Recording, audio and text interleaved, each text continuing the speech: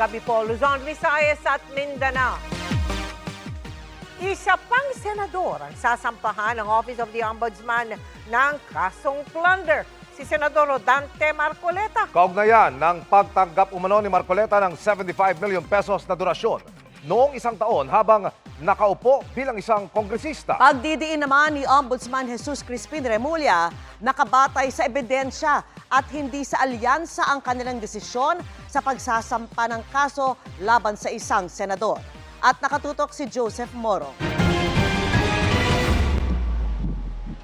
Sinabi ni Ombudsman Jesus Crispin Remulla na sasampahanin nila ngayong linggo ng kasong plunder si Senador Rodante Marcoleta sa Sandigan Bayan. Kaugnayan ng pagtanggap umano ni Marcoleta ng 75 million pesos na donasyon noong January 2025 bago siya tumakbo sa pagkasenador. Senator Marcoleta, definitely, for resolution na. We're about to file it already.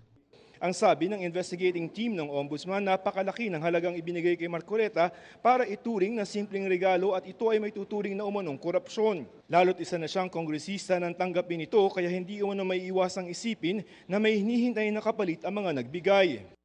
Kakasuhan din ng Ombudsman ang tatlong nag-donate. Sina dating Congressman Mike Defensor na nag-donate umano ng 30 million pesos, isang Joseph Espiritu na nagbigay ng 25 million pesos at isang Aristotle Baluyot na nag-donate ng 20 million pesos.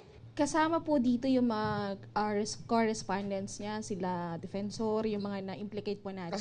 Kasama sila. I don't know kung same forum yun, no? Same forum. Same jurisdiction. Wala pang pahayag si Senador Marcoleta habang patuloy naman naming sinusubukan kunin ang panig ng iba pang personalidad na binanggit ng Ombudsman.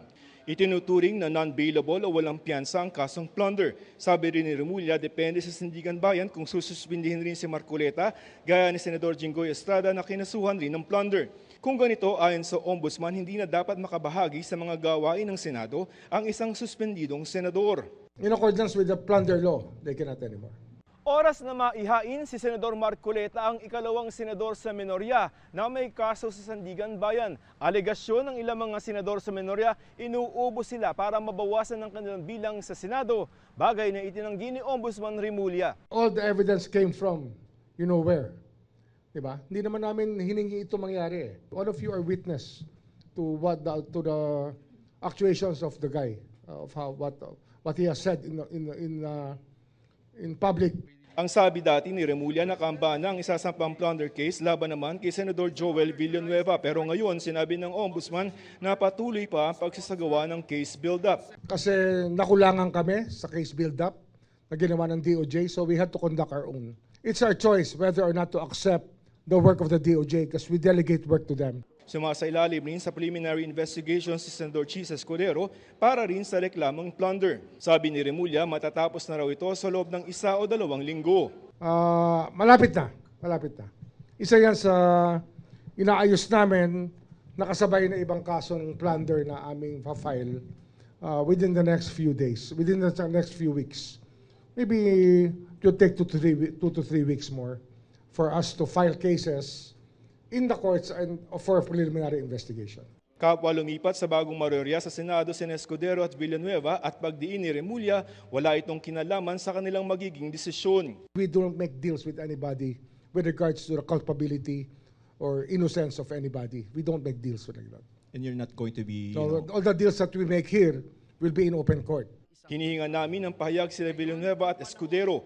Samantala, kaugnay naman sa kasong plunder laban kay Senador Jinggoy Estrada na may kinalaman sa maanumalya mo ng flood control projects, sinabi ni Remulla na magsisilbi ng state witness ang co-accused itong si dating Department of Public Works and Highways o DPWH Secretary Manuel Bonoan. Kaiurong na ng Ombudsman ang kasong plunder at graft laban kay Bonoan. His health is of concern to us and we want to be able to perpetuate his testimony as soon as possible. The knowledge that he has about the whole institution is something very important to us to be able to prove many cases. Joseph Morong, Nakatutok 24 Oras.